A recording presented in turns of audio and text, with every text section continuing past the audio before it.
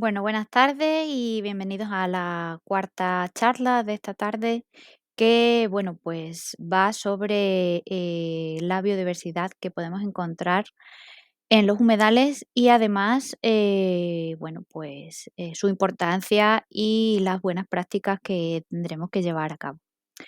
Yo me presento, soy Marta Villasán, soy bióloga y trabajo en mi propia consultora ambiental y además pues formo parte de la asociación Bioinnova de Extremadura, en la que llevamos a cabo acciones de educación ambiental y de conservación de la biodiversidad. Y somos parte también de la iniciativa Bioasis, al igual que Madre Tierra, y por eso estamos aquí colaborando, estamos contentos de que nos hayan invitado.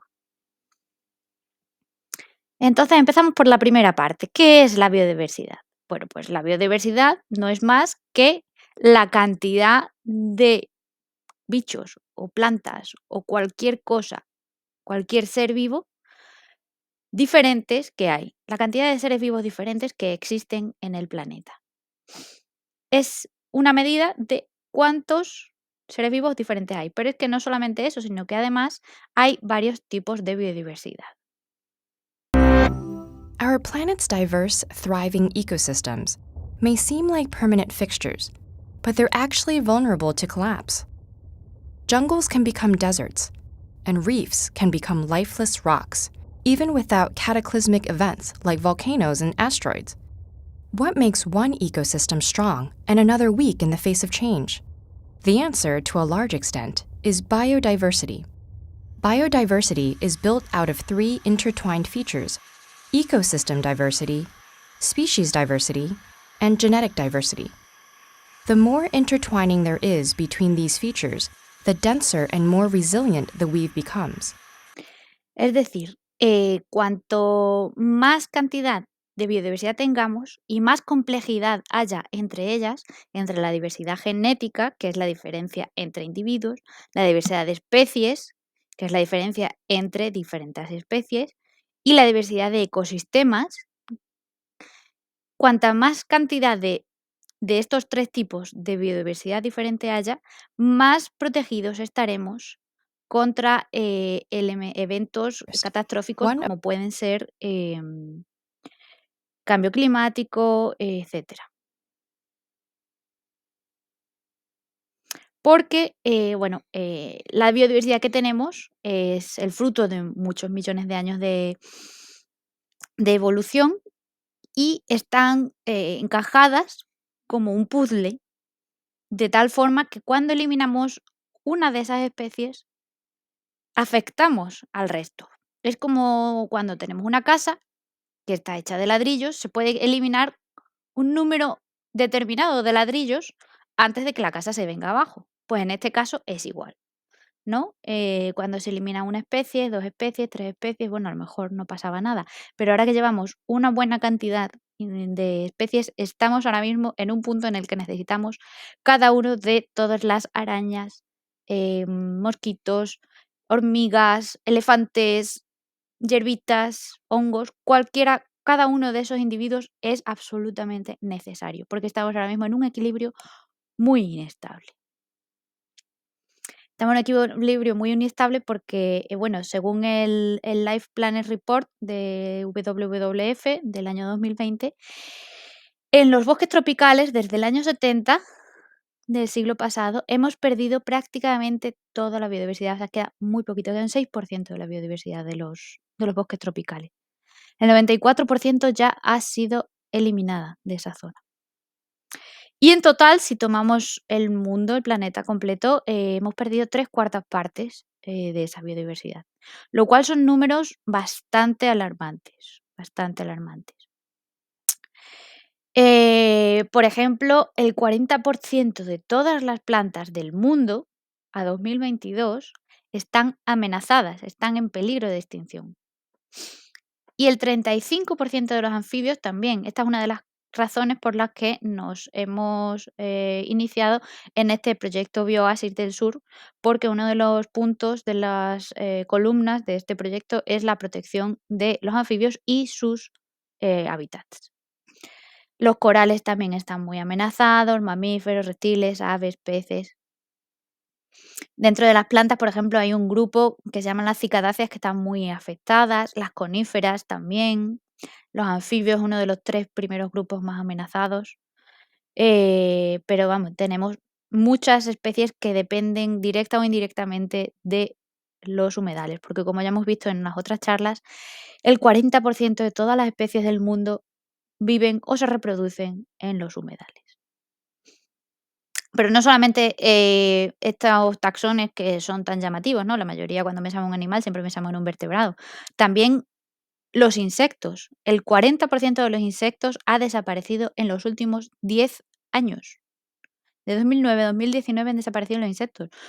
No sé si os habéis dado cuenta de que cuando éramos pequeños nos íbamos de vacaciones con nuestros padres, había que parar varias veces a limpiar los mosquitos del cristal y del capó y de la matrícula, porque, se llevaba muchísimo, o sea, se llenaba eso, muchísimo de insectos. Sin embargo, ahora mismo te haces 400, 500, 600 kilómetros y prácticamente el coche no se ensucia. ¿Por qué? Porque cada vez hay menos insectos. Uno de los grupos que más ha caído, por ejemplo, son los tricópteros, que son unos insectos, muchos de ellos, dependientes de los medios acuáticos, que son, la base de la alimentación de muchos otros animales. Mariposas, escarabajos, abejas. No solamente las abejas de la miel, sino todas esas abejas, solitarias que que llevan el peso de la polinización, tanto en la naturaleza como en los cultivos. Efímeras que están súper ligadas a los medios acuáticos, libélulas que también, las moscas de las piedras, otro tipo de dípteros, bueno. Pero, ¿cuánto significa eso? O sea, vamos a ver cuál es el sitio que ocupamos, dentro del planeta, ¿no? En biomasa, dentro de la biomasa de los animales, que es como este edificio de color verde oscuro, pues tenemos que una gran cantidad, son los, artrópodos marinos, invertebrados. Tenemos invertebrados, de otro tipo aquí, artrópodos terrestres, también otros invertebrados, nidarios también son invertebrados, o sea, una gran parte de los animales son invertebrados. Tenemos los peces, toda esta parte están ligadas al agua, hasta aquí. Los humanos somos solamente este pequeño piso de aquí. De hecho, hay más ganado que seres humanos ahora mismo. Los mamíferos también forman una pequeña parte de toda la biomasa y las aves muchísimo menos. Bueno, pues sí, tenemos que este pequeño edificio de aquí, este pequeño cuadradito de aquí que es verde oscuro, es toda la masa de todos los animales del mundo, contando con insectos, coleópteros, que son la mayoría, artrópodos marinos, todo eso. Fijaos que hay mucha más biomasa de otros tipos de seres vivos. Los que nos ganan por goleadas, por supuesto, son las plantas, que hay casi 100 veces más biomasa de plantas que de seres humanos, o sea, que de animales. Hongos, bacterias de varios tipos, virus, hay muchos tipos de seres vivos, ¿no? Eh, entonces, ¿cuál es la importancia de estar perdiendo todo ese tipo, todos los seres vivos? Mira, si pensamos solamente en los vertebrados, em, podemos ver aquí en las causas de su peligro, ¿no? De su amenaza, las causas de su amenaza, la mayoría, tanto de aves como de reptiles, anfibios, como de mamíferos, la mayor causa es la degradación del hábitat, la pérdida del hábitat. Los únicos que tienen mayor, problema, o sea, tienen un problema mayor con otra cosa son los peces, y es por la sobreexplotación de la pesca, que estamos haciendo, que hay un gran porcentaje de todo lo que se pesca que luego no se utiliza, se tira por la borda. Estamos pescando demasiado. Otras causas, pues, son la contaminación, cambio climático, las especies invasoras, enfermedades, bueno. Y si vemos la velocidad con la que han aumentado las extinciones de estos taxones, bueno, los peces, la verdad es que se habían estado manteniendo hasta primeros del siglo XX, pero, por ejemplo, los anfibios se han acelerado desde el final del siglo XIX por tanto por la pérdida de su hábitat, como por, las especies invasoras, las enfermedades, porque en cuanto comenzó la globalización, empezaron a extinguirse especies. Entonces, hay que tener en cuenta todo eso, que cuanto más toqueteemos, más afectadas van a ser todas las especies y más problemas vamos a tener con la biodiversidad.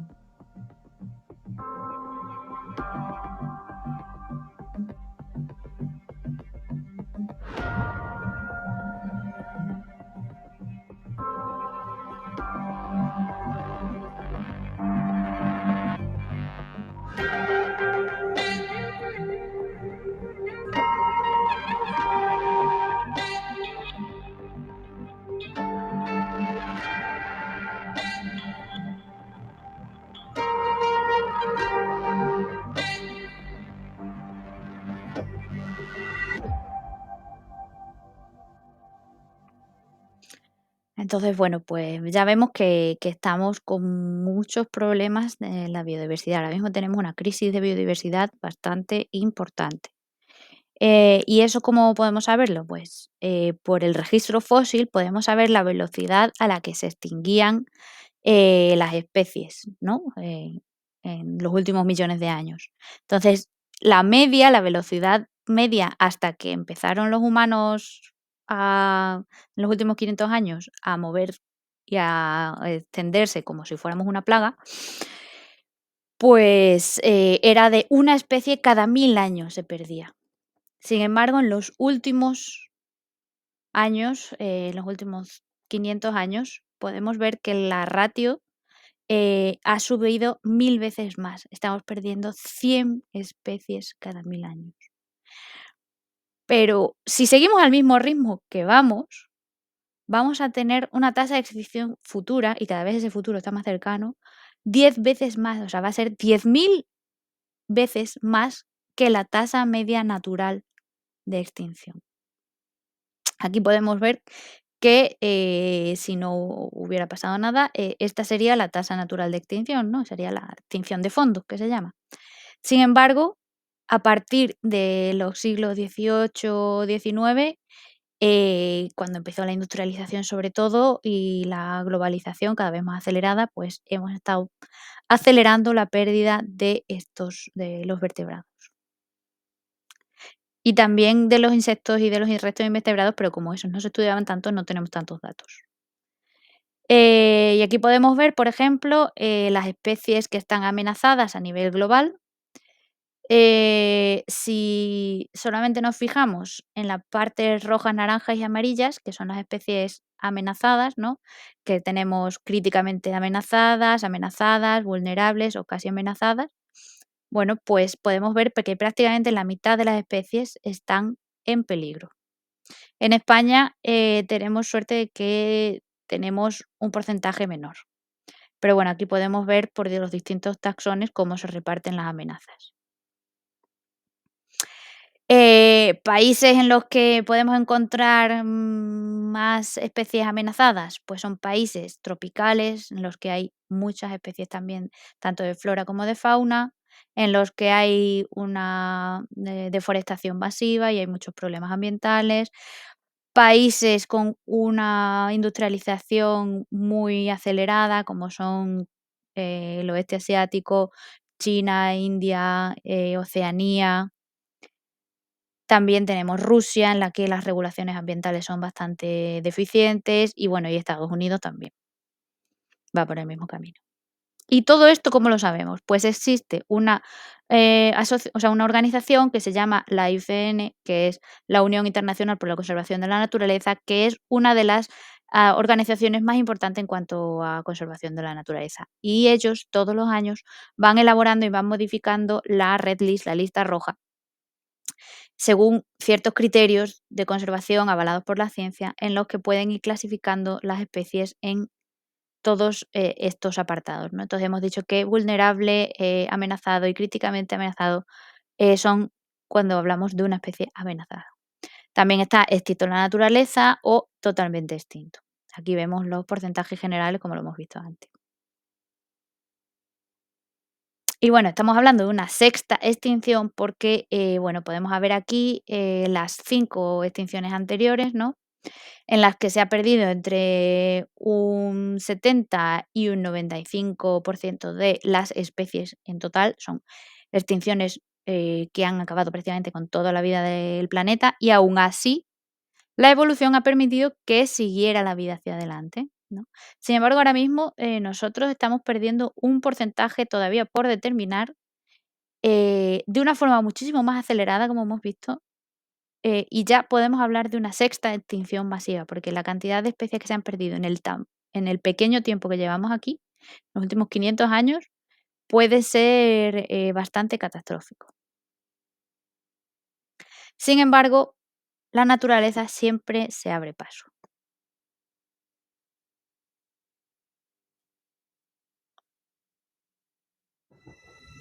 Algunos me llaman naturaleza, otros madre naturaleza. He estado aquí por más de 4.500 millones de años, 22.500 veces más que tú. En realidad no necesito a las personas, pero las personas sí me necesitan. He alimentado especies más grandes que la tuya. He dejado morir especies más grandes que la tuya. Como elijas vivir cada día, realmente no me importa. Soy la naturaleza. Yo seguiré adelante. Estoy preparada para evolucionar. ¿Y tú?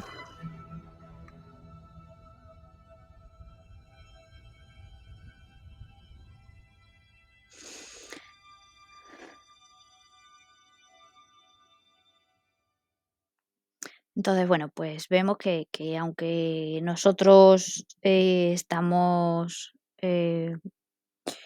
siempre hablando de que el ser humano es muy poderoso y puede hacer muchas cosas, pues en realidad no va a pasar nada. Si extinguimos un montón de especies, ¿qué va a pasar? Que va a entrar todo en colapso. Nosotros vamos a tener una época en la que vamos a estar bastante fastidiados, vamos a extinguirnos y luego la naturaleza seguirá su rumbo. Y la evolución permitirá que haya otras especies que evolucionen y que tomen que puedan evolucionar y que ocupen sus nichos y todo seguirá tranquilamente. Sin embargo, nosotros deberíamos tener cierto pensamiento egoísta e intentar no extinguirnos, creo yo.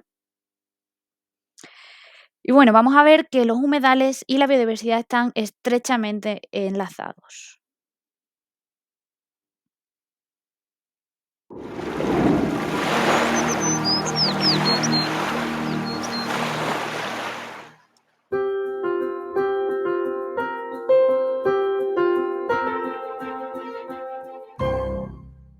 Estamos en una encrucijada en la que está en juego la vida en la Tierra. Se calcula que 1 millón de especies están amenazadas de extinción. La predicción de su desaparición no es un titular que refleje una estadística poco relevante para nuestra vida cotidiana o nuestro mundo natural. Al contrario, la pérdida de biodiversidad es un asunto muy personal para cada ser humano. Sin biodiversidad, nuestras aspiraciones en pro de un mundo mejor para todos no se cumplirán. Sin biodiversidad, nos enfrentamos innegablemente a un futuro incierto. La pérdida de biodiversidad se refiere a la desaparición, la degradación y el uso insostenible sin precedentes de los ecosistemas de los que dependemos nosotros y todos los demás organismos vivos para sobrevivir y prosperar. Los ecosistemas saludables y diversos, sobre todo los humedales, son la base que sustenta nuestra vida. Proporcionan agua, alimento y sostienen la economía. Además, aportan soluciones eficaces con relación a la salud, la pobreza, el cambio climático y el desarrollo sostenible en general. En este momento, proteger la biodiversidad en todas sus formas es tan urgente como hacer frente al cambio climático. El 2020 marca un hito para actuar en favor de la biodiversidad, ya que nuestros esfuerzos anteriores no han sido suficientes. Las decisiones que se adopten este año sobre una hoja de ruta mundial para la biodiversidad deben ser el motor de una nueva forma de pensar y de tomar acciones sin precedentes. Pero no podemos esperar. La transformación puede comenzar hoy, el Día Mundial de los Humedales. Debemos evitar que se pierdan más humedales, el ecosistema más biodiverso y valioso que tenemos, y restaurar los que ya se han perdido. Los humedales comprenden ríos, lagos, marismas y turberas, y también manglares, arrecifes de coral y estuarios. Esto explica por qué el 40% de las especies del mundo viven o se reproducen en los humedales. Las turberas y los manglares son eficientes sumideros de carbono y por lo tanto son cruciales para hacer frente a una emergencia climática que está impulsando la pérdida de biodiversidad. Los servicios que brindan los humedales son incalculables e irreemplazables. Sin embargo, sorprendentemente, los humedales están desapareciendo más rápido que ningún otro ecosistema. Se ha perdido más del 35% en menos de 50 años. Además, 25% de las especies dependientes de los humedales continentales y 23% de las especies en humedales costeros y marinos están amenazadas de extinción a nivel mundial. No es demasiado tarde para evitar una extinción masiva y asegurar nuestro bienestar futuro. Para ello, los humedales deben estar en el centro de las discusiones, decisiones y acciones nacionales y mundiales sobre biodiversidad en el 2020 y más allá. Podemos determinar un futuro positivo para la vida en la Tierra. Solo tenemos un camino ante nosotros. Debemos tomarlo.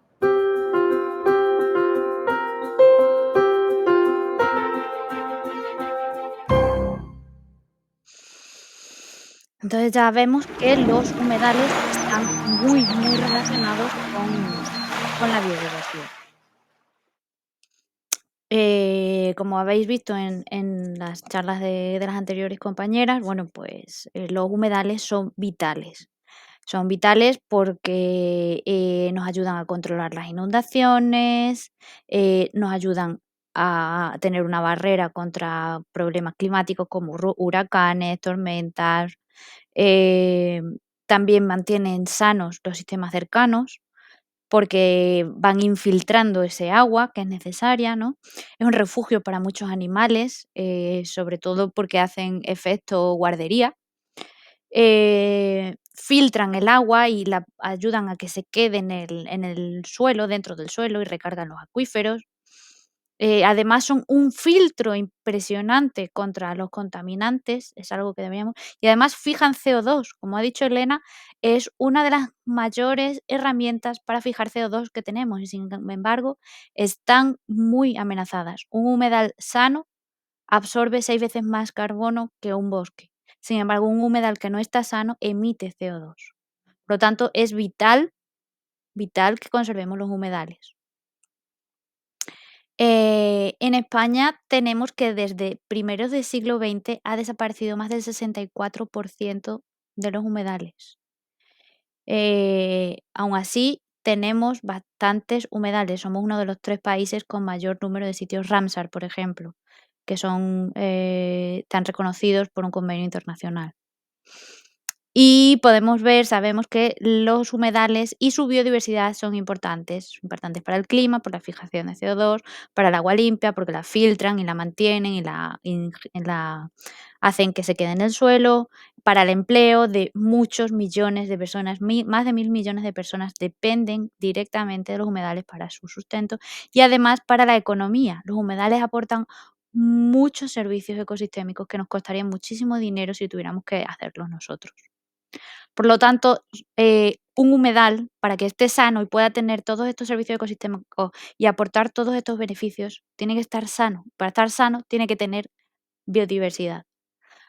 Si perdemos humedales, perdemos biodiversidad. Si perdemos biodiversidad, perdemos humedales. Por lo tanto, es vital que traigamos este tema a la palestra y que se hable de esto y que se hagan cosas. Entonces, bueno, ¿cuáles son los pasos, por ejemplo, para recuperar estos humedales o para mantenerlos? Primero debemos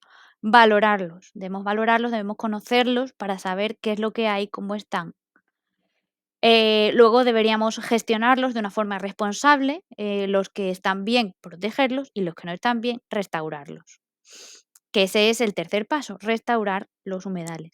¿Y qué trae la restauración de un humedal? Pues aumenta la depuración de agua, almacena carbono, aumenta su biodiversidad. Ya hemos visto que si aumenta su biodiversidad, aumenta su salud, y si aumenta su salud, funciona mejor. Mitigan los efectos de todas las inundaciones y las tormentas, ya que son sumideros también de agua. Eh, También mejoran los medios de subsistencia, ya que van a permitir a muchas personas que dependen de ellos sobrevivir. Impulsan el ecoturismo, que es algo muy importante. Un gran porcentaje, más del 60% de los turistas buscan lugares con humedales para su ocio y para su turismo. Y además mejoran el bienestar y la salud humanas y del resto del planeta. ¿Qué biodiversidad podemos encontrar en nuestros humedales, los que vamos a visitar en estos meses de febrero y marzo en la comarca de Nororma? Bueno, pues vamos a hacer un pequeño recorrido porque ya hemos visto que el 40% de todas las especies del mundo o viven o se reproducen en humedales. Y, sin embargo, en España el 85% de los humedales están amenazados o están en estado muy pobre, pobre o moderado, pero bien solamente tenemos el 15%. Por lo tanto, los humedales están muy, muy degradados en España. Hemos visto que el 35% de los humedales del mundo han desaparecido desde 1970. Si contamos desde 1900, hemos perdido el 64%. Y sabemos que tienen inmovilizado el 12% del carbono, que de otra forma estaría en el medio ambiente y aumentaría el cambio climático. Por lo tanto, es importantísimo que mantengamos la biodiversidad de estos humedales. ¿Qué vertebrados podemos encontrar? Pues, por ejemplo, podemos encontrar aves. He hecho aquí una pequeña selección porque hay muchísimas especies de aves que dependen de los humedales. Por ejemplo, podemos encontrar la garza real, que es una garza con las patas muy largas, el cuello muy largo, un pico también muy largo, es pescadora, se dedica a pescar, sobre todo peces y algunos anfibios. Podemos verla de estos colores entre gris y negro, con algunas partes blancas. Y cuando vuele siempre va a volar con el cuello encogido como lo vemos ahí. Otra garza que podemos encontrar es la garza imperial, que es de estos colores más parditos, como de color óxido, es un poquito más pequeña y más estilizada, pero la vamos a diferenciar por eso, porque tiene esos colores así como entre pardos, púrpuras, gris azulado, y porque es un pelín más pequeña, pero vamos, que si no las ves juntas tampoco vas a apreciar la diferencia de tamaño. Otras garcetas medianas, tenemos la garceta común y la garceta bueyera, la garcilla bueyera, que las vamos a diferenciar porque aunque las dos son blancas, la garcilla bueyera ahora en primavera se va a poner con estos colores como parditos oxidados, porque es época de reproducción, y además las patas. Si vemos, la garceta común tiene esos calcetines amarillos, aparte de que las patas son negras, pero tiene calcetines amarillos y el pico es negro. Y la garcilla bueyera, pues tiene el pico amarillo y las patas de un color gris oscuro sin calcetines. Si vemos calcetines es garceta. Y si vemos que las patas son totalmente lisas, pues seguro, seguro es una garcilla. También podemos fijarnos en el pico, ¿no? El pico naranja es de garcilla y el negro es de garceta. Otra garza que, bueno, si veis, llama mucho la atención por el color de su ojo es el martinete. El martinete tiene el color del ojo de rojo porque es como unas gafas de sol, ya que es un ave crepuscular que tiene hábitos en el que mayor actividad tiene es tanto al amanecer como al atardecer. Y entonces tiene ese color de ojos para poder protegerse y ver mejor con esas gafas de sol, ¿no? Para poder ver. Además, eso le permite aprovechar ese rato entre que las especies diurnas están durmiéndose y las nocturnas todavía no se han despertado para intentar tener menos competencia y menos amenazas. Podemos ver un adulto con su plumaje gris oscuro por arriba, por el píleo y todo lo que es la espalda, y el pechito de un color gris clarito. Y este lado tenemos un joven que tiene este moteadito y así de color marrón para protegerse, para pasar más desapercibidos mientras están aprendiendo, hasta que se hacen adultos. Bueno, las cigüeñas, que todo el mundo las conoce, también están ligadas a medios húmedos y a praderas húmedas. Se alimentan sobre todo de ranas y de lombrices, em, aunque últimamente pues están dejando de ser migradoras porque están empezando, o sea, se están alimentando desde hace ya bastante tiempo en los vertederos, ¿no? Eso da grandes problemas porque muchas de ellas se intoxican, comen plásticos, se atoran y terminan muriendo. La espátula común también podéis verla tanto de forma aislada como en grupos, y es de este color blanco y tiene un pico con forma de espátula o de cucharita. Es bastante grandecita también y llama mucho la atención, sobre todo cuando vuela, porque se le ve la forma del pico, que le sirve para comer de forma, filtrando, ¿no? Así comen filtrando, remueven el suelo del fango con sus patas, se levantan los bichitos y ellas van filtrando y se van quedando con lo que les interesa. Por eso son aves que vamos a ver siempre en zonas con poca profundidad. Los moritos son este tipo de ibis, tiene el pico así alargadito y torcido hacia abajo, que bueno, que hace unos años era muy raro encontrarlo, pero en los últimos 10 o 20 años, pues la verdad es que se ha ido expandiendo y está bastante bien en las zonas en las que está. Eh, em, en Doñana, por ejemplo, empezaron unos cuantas parejas, se empezaron a reproducir y ahora mismo se pueden contar por miles. Y aquí en la cepa del azul del Guadiana, en Badajoz, que es una cepa urbana con río, pues pasó lo mismo. A partir del año 2005 empezaron aquí a aparecer, eran 3, 4, 5 y actualmente pues tenemos más de 1000 ejemplares que vienen aquí a pasar la primavera y el invierno. Estas otras, zancudas son más chiquititas, por ejemplo, la gallineta común, que en otras zonas se llama polla de agua. Vemos que tiene las patas, con los dedos muy largos, lo cual le permite andar sobre la vegetación acuática repartiendo su peso. Son unas patas amarillas que tienen como un pequeño anillito rojo, eso no es ninguna marca científica, eso es que tienen una mancha roja aquí después del tarso y tienen el pico con un escudete, que es esta frente, esta pieza que le sube del pico hacia la frente, de color rojo, con la puntita amarilla. Eso las diferencia de su prima hermana, la focha común, que puede resultarnos parecida de lejos, pero enseguida si vemos que tiene el pico blanco con el escudete blanco, esto llama mucho la atención, pues sabemos que es una focha. Aparte es un poquito más grande, más gordita y tiene los ojos rojos como el martinete. Este ave también tiene los dedos bastante largos para poderse mover por encima de la vegetación acuática. El calamón es un poquito más difícil de ver, aunque hay zonas en las que están más acostumbrados los seres humanos.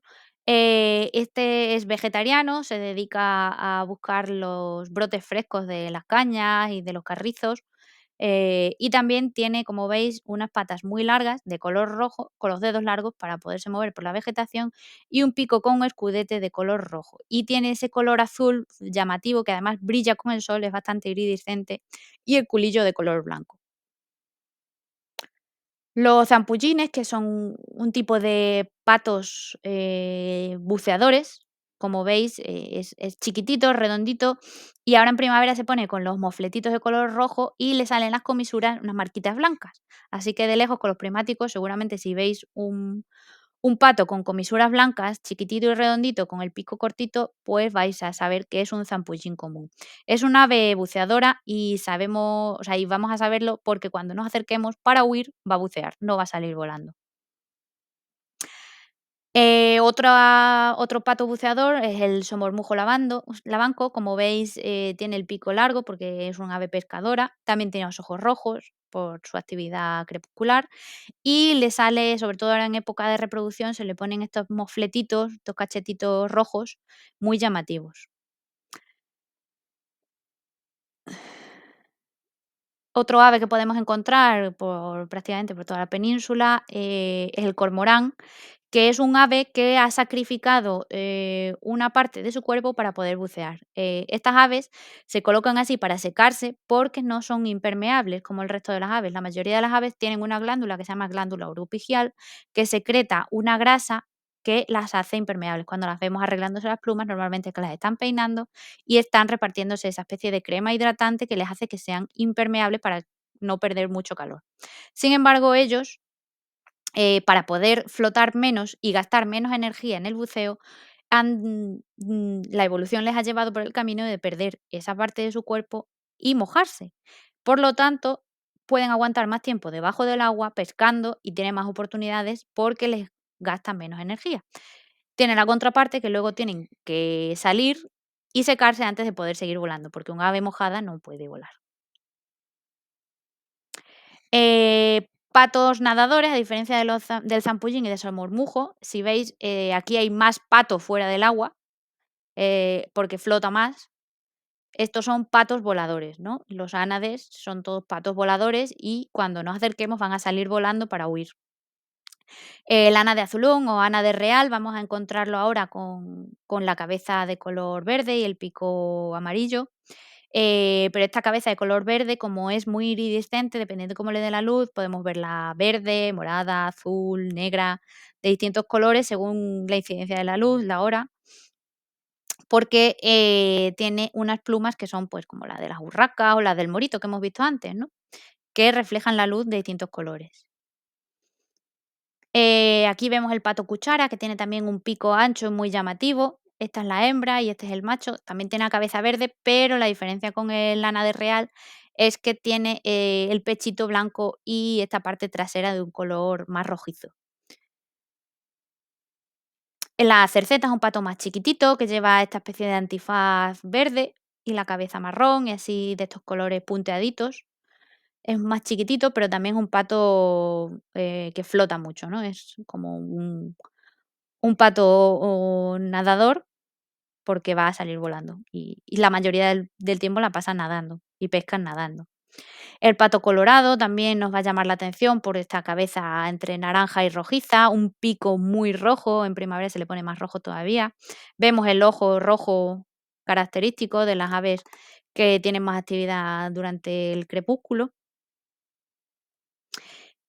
Entonces, bueno, la mayoría de los patos los podemos encontrar en zonas de, mayor profundidad. Sin embargo, en orillas, y en zonas con poca agua, charcas con poca que estén poco llenas, pues podemos encontrar también las cigüeñuelas, que son, como cigüeñas en miniatura, por eso se llaman así. Tienen las patitas rojas y el cuerpo es blanco y las alas y la espalda negra.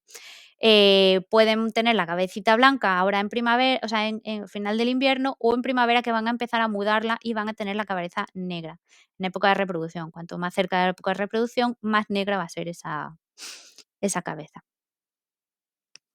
Las abocetas tienen siempre la cabeza negra y tienen el pico curvado hacia arriba, a diferencia, como veis, de la cigüeñuela que lo tienen recto. Al igual que la cigüeñuela, la boceta también va a estar en zonas de poca agua porque también se alimenta de los invertebrados que hay en las orillas. Otro tipo de aves que podemos encontrar, pues si tenemos mucha suerte, el águila pescadora que se está recuperando por el este, está viendo incluso se están haciendo sueltas. Es un águila que está especializada en pescar. Entonces, bueno, pues siempre va a estar ligada también a medios húmedos, a zonas con cierta cantidad de agua y con peces.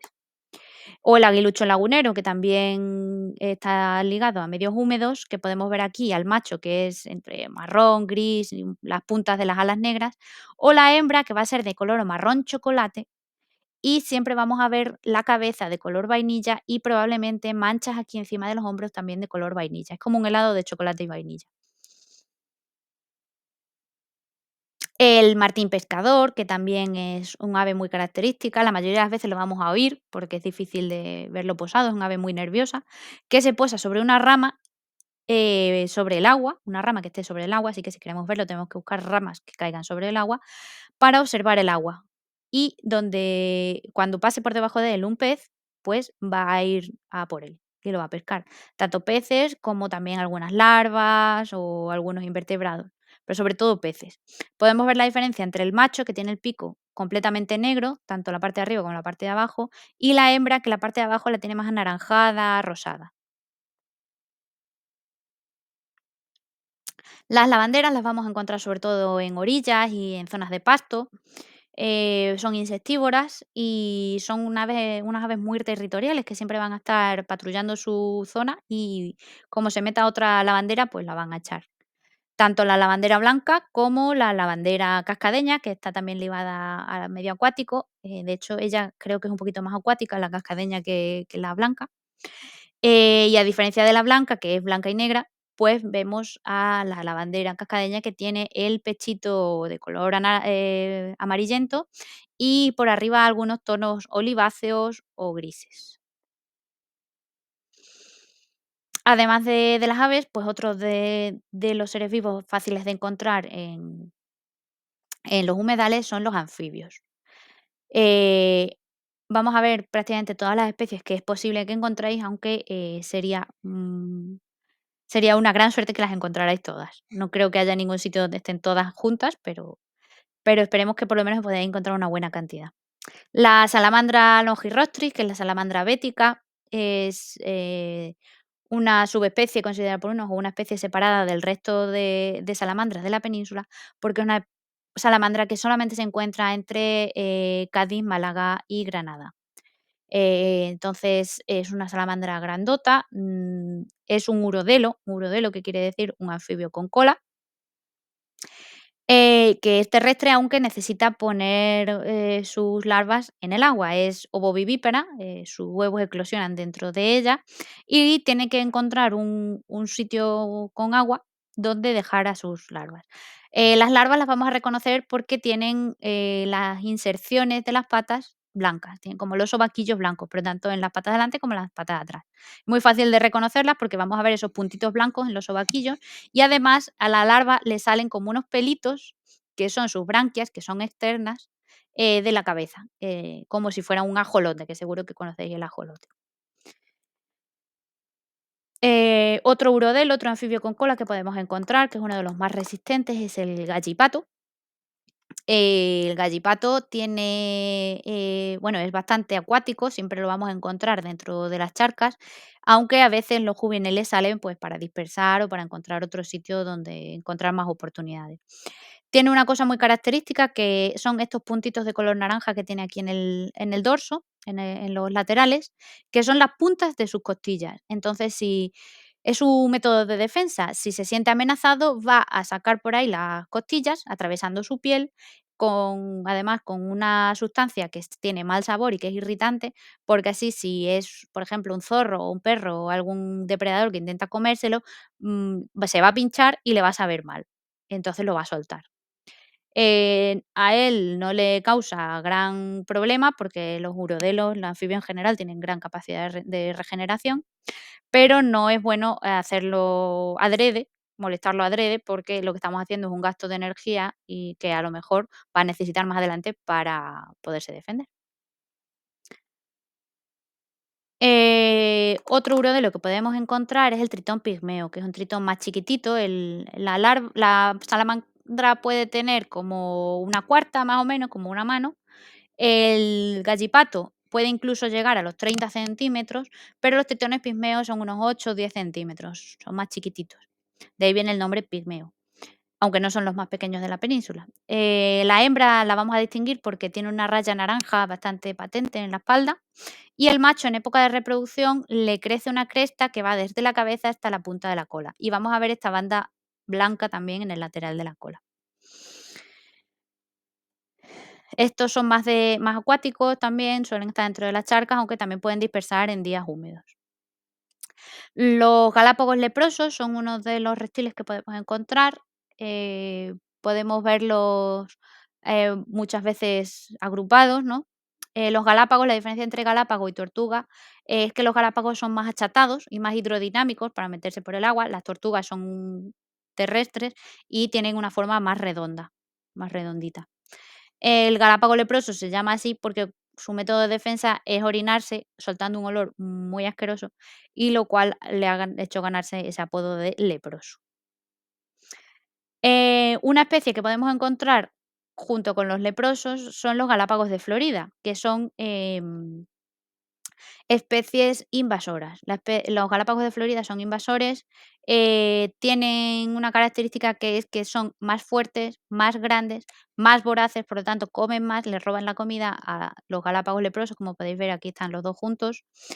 Y además, su temperatura de activación es mucho menor, por lo tanto, por las mañanas, cuando empiezan a moverse, se empiezan a mover antes y encuentran los mejores sitios de asoleamiento, los mejores sitios para pescar, y van desplazando y los van echando a los leprosos y al resto de Galápagos, si hubiera otra especie.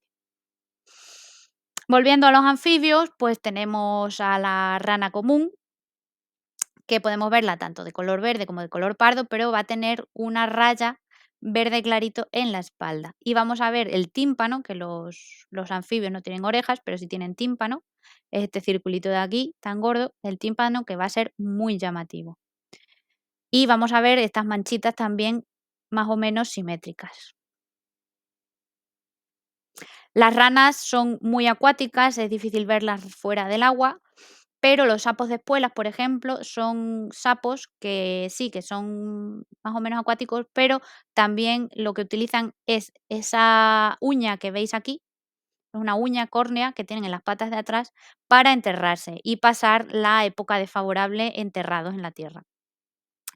Entonces, eso les permite pasar 5 o 6 meses de sequía enterrados, estivando, es decir, bajando todo su metabolismo, sin necesidad de comer, sin necesidad de agua, se quedan prácticamente como muertos, pero sin no del todo.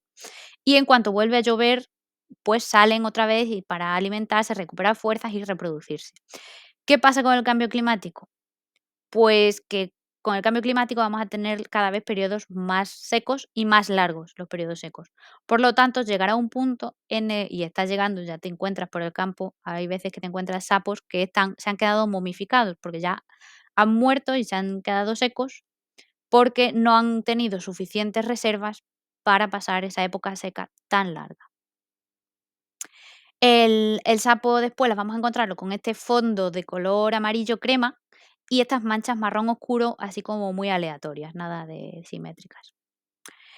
El sapo corredor es un sapo que está habituado también a los periodos secos y a las charcas,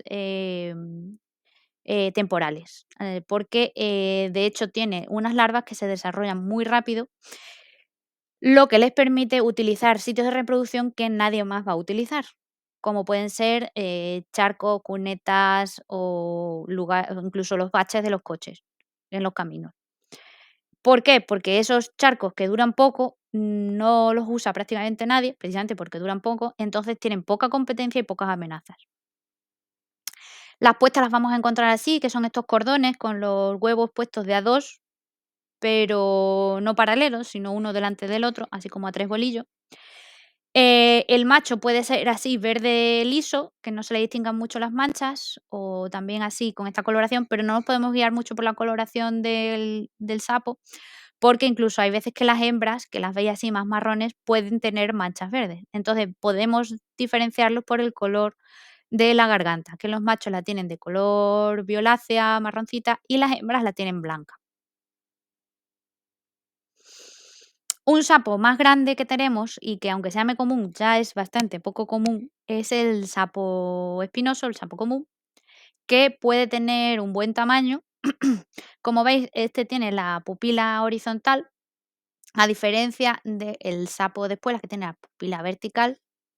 El corredor también lo tiene horizontal, al igual que el sapo común. Y tiene este color de ojos, entre rojo y naranja, y es bastante liso, aunque tiene verrugas, pero no tiene un patrón de coloración tan patente como los otros 2. El sapillo pintojo es un sapillo un poco más raro, no es tan habitual, tiene los ojos así un poquito saltones, pero tiene un morro bastante alargado. Y podemos verlo sobre todo con este tipo de manchas, aunque hay veces que las manchas estas que tienen un borde clarito no se distinguen tanto. Es un sapo también bastante acuático. La ranita meridional, que la diferencia entre machos y hembras es que las hembras no tienen saco bucal, aquí lo podemos ver el saco bucal arrugadito y aquí extendido. La ranita meridional es una rana arborícola que, bueno, que está en la península desde en tiempos que en los que la península tenía clima tropical y vegetación tropical, antes de las glaciaciones, y es de la poca fauna que nos queda de esa época. Es una rana que tiene una manchita que le cruza desde la narina, desde la nariz, el agujerito de la nariz, hasta el sobaquillo. Si se extendiera hasta la pata de atrás, estaríamos delante de una rana de San Antonio, pero en el sur solamente vamos a encontrar ranita meridional. Y esta la vamos a ver sobre todo subida a la vegetación, tanto acuática como en arbustos cercanos. Y ya si vierais que este es uno de los más chiquititos y de los más difíciles de encontrar, sobre todo porque muchas veces se confunde con crías de otras especies, es el sapillo moteado ibérico.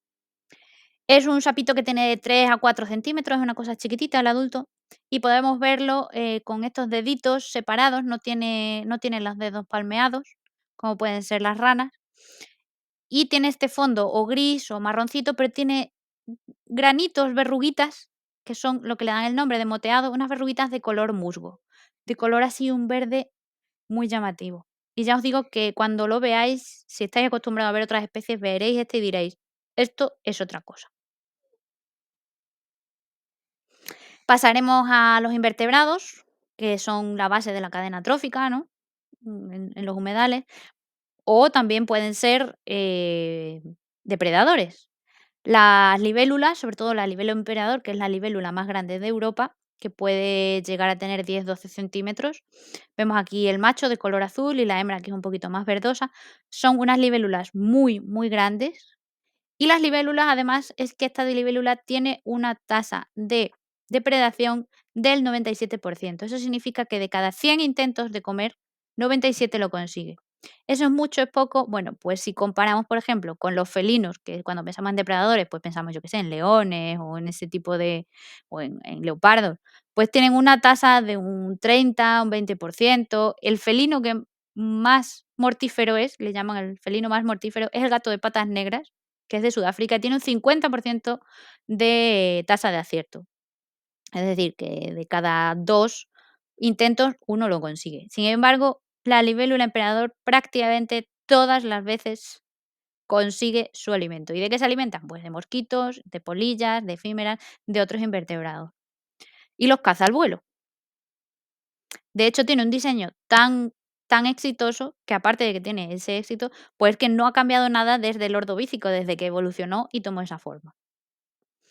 Hay otra libélula también bastante grandecita, que es la emperador menor, que es un poquito de un color más apagadito, un azul más clarito, y también, pues, es muy similar. El cangrejo rojo americano es una especie, invasora que ha expulsado a todos los otros cangrejos, vamos, al cangrejo que teníamos, nativo, al autóctono, que queda en España solamente en un par de ríos o 3 del norte, que son ríos como muy de montaña, muy inaccesibles y que ahora mismo están bastante protegidos para que no entre este cangrejo. No solamente que este cangrejo es más voraz, más territorial, sino que además traía una enfermedad que acabó con las poblaciones en muy poco tiempo. Lo bueno que ha tenido este cangrejo es que como ha tenido tanto éxito y está por todas partes, ha ayudado a mantener, a recuperarse poblaciones de garzas, de otras aves acuáticas y de, por ejemplo, de nutrias. Si encontramos el escorpión de agua, no hay que tenerle miedo, es como un escarabajo, no es exactamente un escarabajo, es un hemíptero, se parece más a una cigarra o a una chinche, pero bueno, también le llaman chinche, chinche escorpión, pero no pica, no pica, por mucho que parezca un escorpión y que tenga ahí esas pinzas tan llamativas, es totalmente inofensivo. El rabito que le vemos realmente es una pajita para poder respirar sin tener que sacar todo su cuerpo afuera. Saca la puntita de la pajita, rellena su pompa debajo de las alas y sigue nadando y capturando otros invertebrados que encuentra debajo. Esas pinzas que tiene son para cazar otros invertebrados. Podemos encontrar estos gasterópodos que son así tan picuditos, que son las limneas, son unos caracolitos. Podemos encontrar larvas de mosquitos, que bueno, si pensamos que los mosquitos son la especie más mortal del mundo, que más humanos mata por todas las enfermedades que transmiten, bueno, podemos pensar que es una especie mala, pero en realidad nadie habla de la capacidad de filtración que tienen y de que son la base de la cadena trófica de muchos de todos estos depredadores que hemos estado hablando. Los ditícidos podemos encontrarlos tanto en su forma adulta como la larva. La larva, sobre todo, vamos a ver que es así alargadita y tiene unas pinzas también muy parecidas a la del escorpión de agua, que la vamos a ver y vamos a decir, esto muerde. Y son bastante voraces. De hecho, aquí estáis viendo que se está comiendo otro ditícido. No sería la misma especie, pero del mismo grupo es. Los adultos, pues también sacan así el culillo y rellenan una pompita y para poder seguir nadando debajo del agua. Si en alguna muestra de agua encontramos un gusanito, puede ser que sea un gusano plano, una planaria, que es esta tan graciosa de aquí. La planaria tiene la característica que si la partes en 2 se regenera totalmente. Tiene una gran capacidad de regeneración. De hecho, se estudia muchísimo para todo el tema de la regeneración. En cuanto a plantas, pues podemos encontrar el junco churrero, que es este junco típico que encontramos en las orillas. Puede tener unas bolitas marrones, que son sus flores o sus frutos. Bueno, sus flores son más claritas, los frutos ya los tocamos y son más duros. Y se llama churrero porque antiguamente, cuando se vendían los churros en forma de aro en la calle, pues te los metían todos, te los engarzaban en un junco para que tú los llevaras a tu casa sin mancharte. Los taray o los tarajes son unos arbustos que pueden llegar a 4 metros de alto, también están ligados al agua y tienen estas flores que son así como una pelusita de color rosa, blanca, dependiendo de la especie, y tienen unas hojas que se parecen mucho a las de los cipreses, son hojas con forma de escamitas. Y son caducos. Entonces, cuando veamos algo que pensamos que es un ciprés y se le han caído las hojas, no es que se haya muerto, es que probablemente sea un taray. Además, primero echan las flores y una vez que han echado las flores ya empiezan a echar. También podemos encontrar en las orillas algunos árboles, como por ejemplo el sauce blanco. Los sauces son arbustos o árboles que pueden llegar a tener gran tamaño, como veis en la fotografía. Son de ramas flexibles y tienen las hojas lanceoladas, así, con esa forma alargadita, de color verde fuerte por un lado y por el otro de un color más bien blanquecino. Por eso se llama sauce blanco.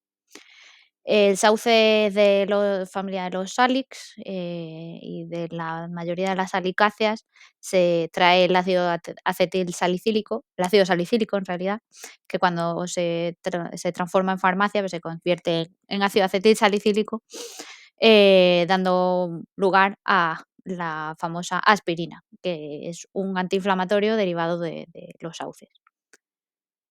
Los sauces los podemos encontrar en la mayoría de los casos en el borde de los arroyos, ¿no? Junto con otros, como por ejemplo el fresno, que si veis en la fotografía también tiene la hoja lanceolada, pero este tiene la hoja compuesta, es decir, están agrupadas como en ramilletes.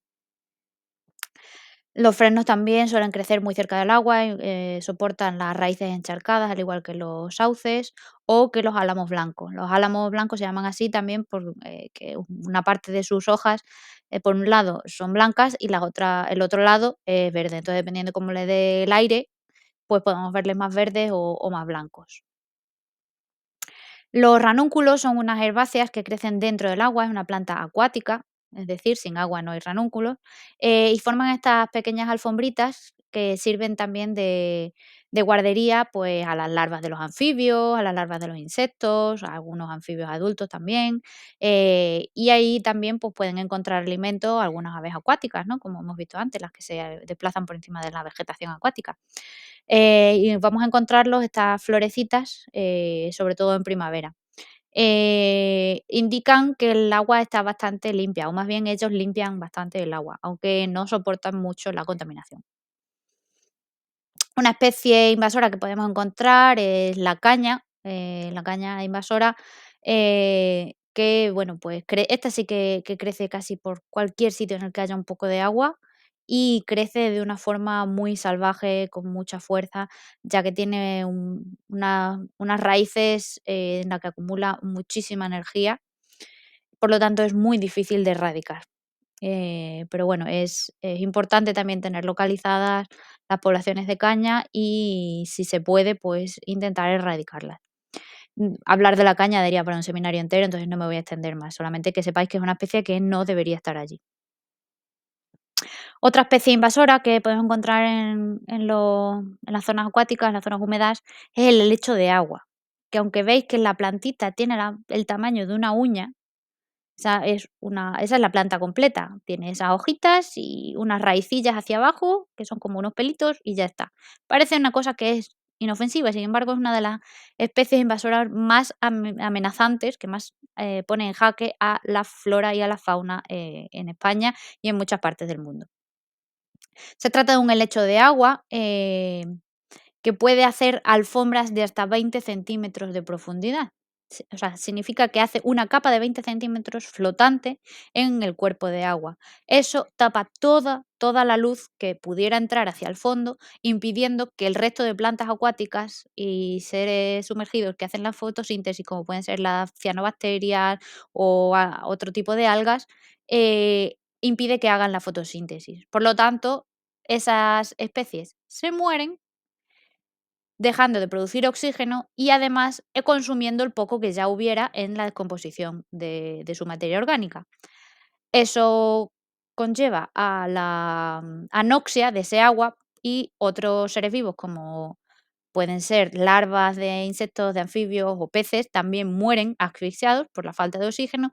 Por lo tanto, baja más aún toda la poca concentración de oxígeno de esa zona, convirtiéndolo en un punto negro o en un agujero negro de vida, ¿vale? Esto puede llegar a asfixiar a una charca completa. Entonces, eso unido a que es muy pequeña, es muy difícil de controlar, porque enseguida te lo puedes llevar pegado en tu zapato, en tu caña de pescar, en una silla que ya ha estado pegada al agua, te la puedes llevar a otro sitio, es muy fácil que sea transportada, y además pasa mucho por los filtros y por los desagües, o sea, es que es muy pequeña, es muy difícil de controlar. Sin embargo, es muy, muy dañina. Bueno, y pasaríamos al apartado de buenas prácticas, ¿no? ¿Qué vamos a hacer nosotros cuando vayamos al campo en general y cuando vayamos a hacer nuestra actividad de bioasis en concreto? ¿Qué vamos a hacer para intentar no dañar y dejar el medio ambiente por lo menos como está, mínimo? Y si no, en mejor estado. Bueno, pues como siempre, la basura, toda la basura que llevemos con nosotros y toda la basura que generemos va a volver con nosotros. Si es posible, llevarte también la que te encuentres, pero mínimo, mínimo que la que tú generes vuelva contigo, porque eso no estaba allí. También es muy interesante y muy importante ir con ropa y calzado adecuados, con zapatos, botas de campo, gorra, protector si va a hacer calor, abrigado si va a hacer frío, impermeable si puede ser que caiga un poquito, algunas gotitas de agua, lo cual creo que es difícil, pero no imposible. Y también, pues, ir preparados en el sentido de que es necesario llevar agua y comida, sobre todo agua, porque eso puede evitarnos muchos sustos, ¿vale? Hay que ser respetuoso con el medio ambiente. Nosotros tenemos responsabilidades con él. Entonces, lo primero de todo va a estar el bienestar de los individuos y de las especies del sitio. Entonces, si algo de lo que nosotros vamos a hacer les va a afectar, nos vamos, no lo hacemos. No hay nada más importante que la rana o el sauce o el escarabajo sigan allí viviendo su vida. Por lo tanto, debemos guardar silencio y siempre hablar en un tono bajito para no espantar a los animales y para que no se alteren. Y además mantener una distancia de seguridad, sobre todo con nidos y con zonas que pueden ser conflictivas, ¿no? Sobre todo, no llamar su atención, no tirarles piedras ni palitos, no hacer que nos hagan caso, porque estaremos alterando su comportamiento y, como he dicho antes, estarán gastando una energía que van a necesitar más adelante en defenderse de nosotros o en huir de nosotros. Y algo que mucha gente no sabe es mejor ir al campo sin perfumes y sin colonia, oliendo a persona. O sea, te puedes echar tu desodorante siempre que no sea muy, muy perfumoso, pero lo mejor es ir sin desodorante para que no se vean alteradas, para que no se enteren de que estamos allí, pues normalmente el olor va bastantes metros por delante de nosotros. Debemos ir en grupos pequeños, en este caso, pues iremos en grupos de máximo 20 personas.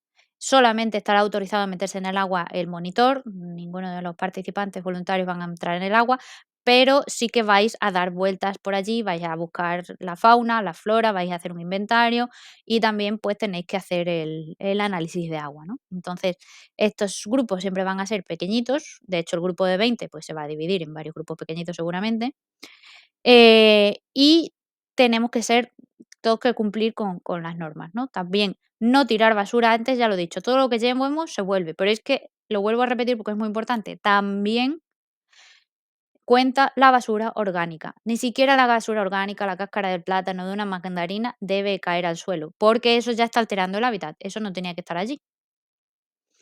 Y en el caso, en nuestra actividad no estará permitido llevar mascotas, pero en el caso de que tú te estés dando una vuelta y sea imposible que no vayas con tu perro por el campo siempre atado y también hay que recoger sus cacas. Y recogerlas quiere decir meterlas dentro de su bolsita y tirarlas a una basura, no tirarlas al campo con la bolsita, porque para hacer eso mejor no las recojas, porque la bolsita no es biodegradable, es de plástico normalmente. Y aunque fuera de papel, volvemos a lo anterior, no podemos alterar su hábitat, porque además los perros pueden tanto llevar parásitos que afecten a otros animales, como llevar desparasitantes, que es peor todavía porque afectan a la fauna del suelo. Y tanto los animales como las plantas está prohibido dañarlas, matarlas, cortarlas. No te lleves nada, no te lleves ramitas, no te lleves flores, no te lleves conchitas. No se debe llevar nada, porque hay que dejar el medio ambiente como está. Y por último, no encender fuego. Tenemos graves problemas con los incendios, todos lo sabemos, pero no somos conscientes de lo grave que es hasta que no lo vivimos. Y es mejor no vivirlo, os lo digo por experiencia. No encender fuego, no tirar colillas, por supuesto, no dejar basura, porque con el cambio climático además los fuegos se hacen mucho más virulentos y más difíciles de apagar, por lo tanto van a ser más graves. Y en este caso de nuestra práctica, si es absolutamente necesario, que no queda otra, tocar un anfibio, por ejemplo, o un pez o un ser vivo, siempre, siempre, siempre utilizar guantes desechables, ¿vale? Para evitar tanto de transmitir enfermedades que podamos transmitirles nosotros o de una rana a otra rana, como para evitar afectarles con la grasa de nuestra piel, porque nosotros, por mucho que nos lavemos las manos, siempre vamos a tener cierta grasa en la piel porque es lo que nos hidrata. Y los anfibios respiran por su piel, con intercambio gaseoso por su piel cuando está húmeda. Si nosotros los tocamos y los manchamos de grasa, esa zona que esté con grasa está impermeabilizada, por lo tanto no pueden respirar por ahí, es como si le tapáramos la nariz. Entonces no se debe tocar nunca un anfibio sin guantes. Y en el caso de que hayamos usado guantes y los vayamos a volver a utilizar, hay que desinfectarlos al igual que nuestras botas y los materiales que hayamos utilizado cuando se vaya a cambiar de zona, porque si hay una enfermedad en una charca y al día siguiente, una semana después, nos vamos a otra charca con las mismas botas sin desinfectarlas, puede ser que estemos transportando algún tipo de hongo, rana, o sea, hongo, virus o bacteria que pueda afectar a las ranas, sapos, resto de anfibios. Y por supuesto, ser responsable con el uso de las redes sociales y la conservación de la biodiversidad. Puede ser que vayamos a un sitio muy chulo, o un sitio que esté muy bien conservado, poco conocido, poco transitado, que vemos bichos súper interesantes, pero no hay que ser muy específicos al decir dónde están esos sitios, porque puede ser que en poco tiempo se llene de gente y ese lugar que era tan idílico deje de serlo.